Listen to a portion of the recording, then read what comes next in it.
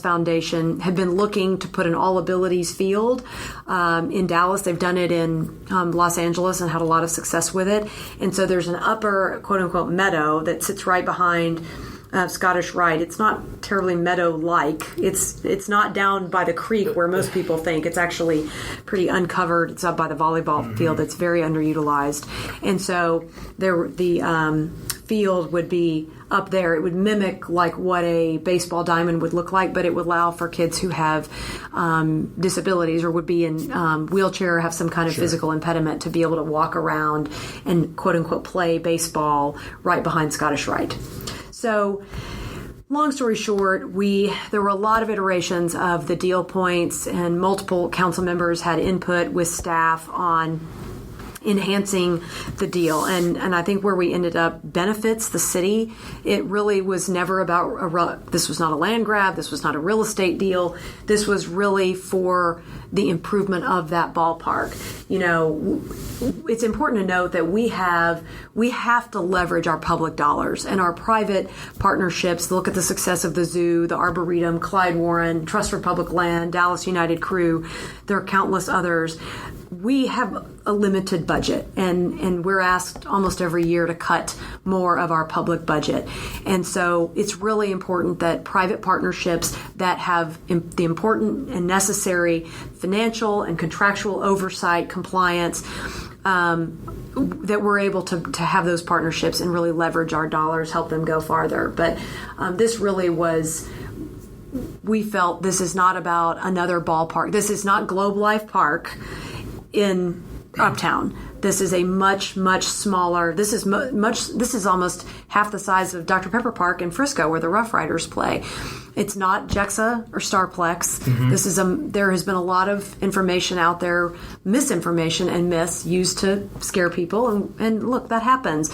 So it's important that the right information gets out there. And what has been approved is 3,500 seats on this almost exact footprint. There is still a lot of community input that will be had with a lot of HOAs, the condo towers, the Oaklawn Committee, and others to make sure that this is a great ballpark and all abilities field that serves the community. There are traffic studies to be done, and I'm confident that RPSE will get parking agreements with nearby buildings so that people can use those garages. And I mean, the real hope is that people do use the Katy Trail to get there. We know they're going to Victory Park. They can just make a quick stop and see, go to the farmer's market that's going to be, they want to put in the ballpark. But this isn't about having Live Nation program a ballpark 200 days a year. What is agreed to is 118 days that RPSE would get to utilize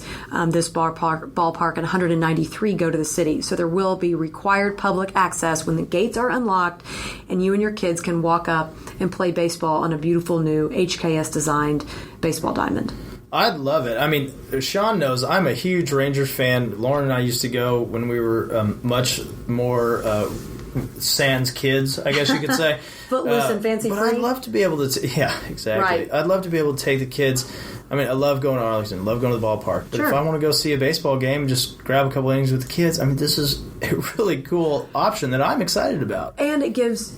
this was brought up at council, which is really important to know that, the superintendent supported this. Yeah. This is North Dallas High School's home field, and it's been in disrepair. and we've relied on amateur baseball leagues, recreation leagues, to put money, about $200,000 back in this field. And I mean, they were the ones buying new bases and in partnership with, but we don't even have ADA compliant bathrooms and bleachers, and it's just, there's safety issues. But I can remember 25 years ago when high school teams were making the playoffs. Reverchon was one of the places that they hoped that they played because it was so historic and it was nice and it was in the middle of town, and we've gotten so far away from that. So to me, the opportunity to bring that historic field, and I'm a huge minor league baseball fan. I've gone to Fort Worth Cats games and all that. So, Air Hogs. I get it, Air Hogs and Grand Prairie. And so the opportunity, and I think while we're talking about making sure everybody has the information, I mean, this is not turning over the park to a private company. This is an agreement that they have to operate. And this is still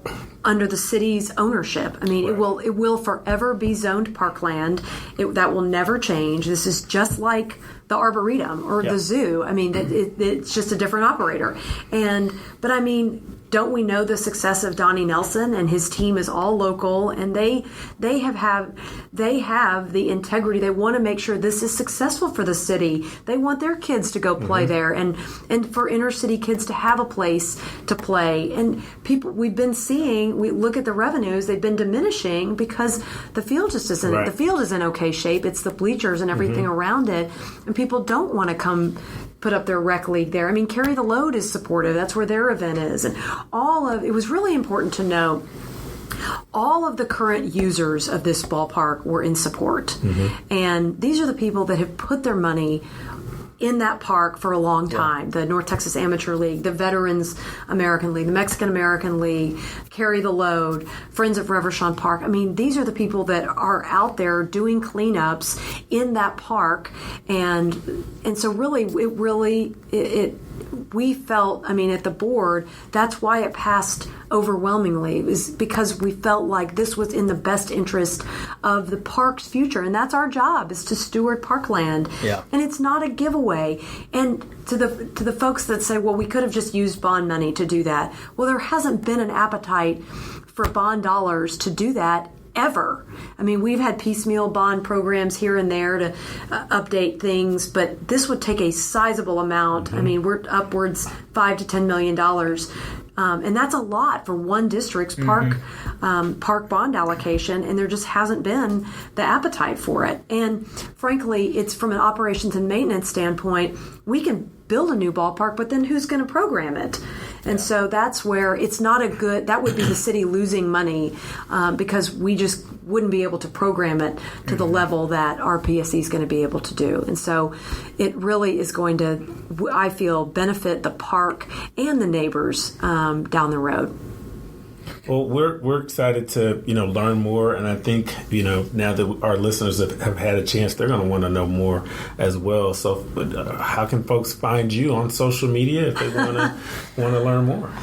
Well, you can follow me on Twitter at Calvert Collins. My husband didn't get his last name didn't make the cut. Twitter limited my, but that's I post some on social media there. But I don't like to govern via social media, and I like to be a listener, and I look at all sides. I mean, I don't have an agenda. I'm not running for city council. Breaking news. Heard it here first. My agenda is to be the best steward of the park system in Dallas possible. We have a top 10 accredited park system, and my job is to, and with the other 14 members, is to keep it that way and to help grow it. We have to hire a new director, and we have a lot on our plates this year. We need to make sure all of our partners flourish, and so that we're as good of a partner to them as they are to us, and there's a lot of give and take there. So I'm sorry that Reverchon has taken up so much time over the past, and so much misinformation has been put out there, because it really is a good project. If I didn't believe that in my heart of hearts, and if it wasn't where I would send my own kids to play, we play there now, then I wouldn't have supported it. I don't think every privatization of a park is a good idea. It's a slippery slope. We get that. And we need to be careful and vet that every step of the way. And I felt like we did that. We did our due diligence in this process, and it was carefully vetted. And I think we have the right partners in this. And I look forward to seeing it go forward and be there for opening pitch in May of 2021. And I should mention that this will be, North Dallas's continued home field, but also rugby, lacrosse, and soccer, so kids who've never been exposed to some of those sports will get that. Well, Madam President, thank you for your leadership. Thank you. Appreciate it. I appreciate the time, Sean and Ryan. It's always good to see you both. Thanks so much. We'll be right back.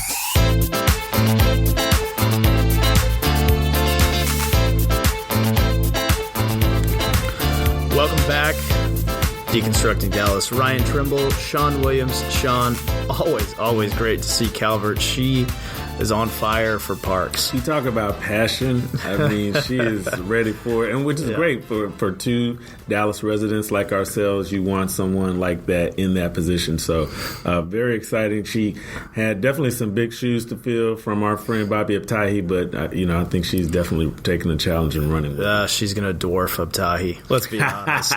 I like it. So thank you, Calvert, for coming on. Always love seeing her. We've got some great guests coming up, Sean, in our upcoming shows. I'll tease it this way. I don't know if you saw in the paper, Alto, the Dallas-based ride-sharing app service, has raised some funds to expand their operations.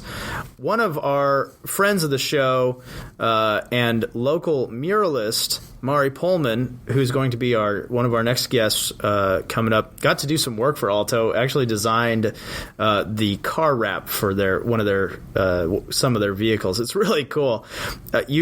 Most people in Dallas have probably seen her work driving underpasses in Uptown, or the one right here on Blackburn. The fortune cookie ones. Those are so fun. She's got a couple more in Uptown. Deep Ellum. She's a Deep Ellum based artist, muralist, and you can see her work at Mockingbird Station. You can see her work in Deep Ellum.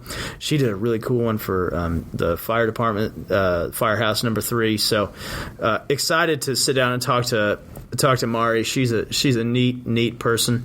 Also, Sean, another friend of the show who's, I guess, kind of been a guest. We did have a few minutes with him in Austin. We went mobile with him the opening day of the last legislative session. He, of course, is Jason Whiteley of WFAA. Jason's going to be on the show with us to discuss Super Tuesday and all that implies prior to the March 3rd election day. Just a little over a month away, man. It's crazy. I can't believe it.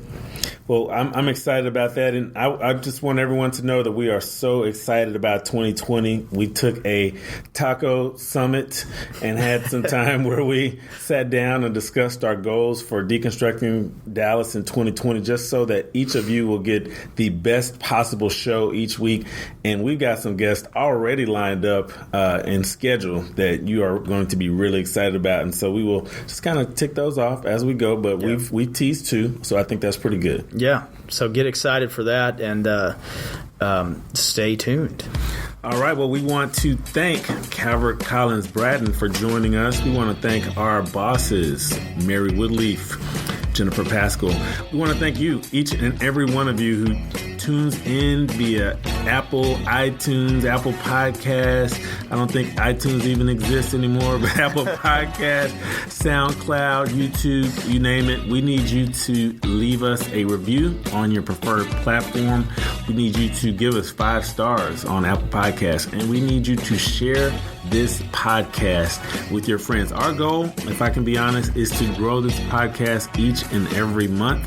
And so far we are doing that. And the only way we can make sure we do that is help from you participating with us. So if you want to find us on Twitter, I am at Sean P. Williams. He is R Trimble15. Follow us, retweet us, like our posts, all that good stuff. We love it. So from Ryan Trimble and Sean Williams, this is Deconstructing Dallas. We will see you soon. Adios.